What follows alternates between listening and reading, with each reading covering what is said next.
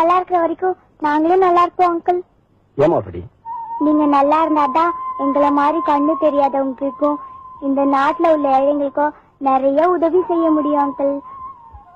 Uncle, உங்க படம் எல்லாம் நல்லா ஓடணும் அங்கிள்.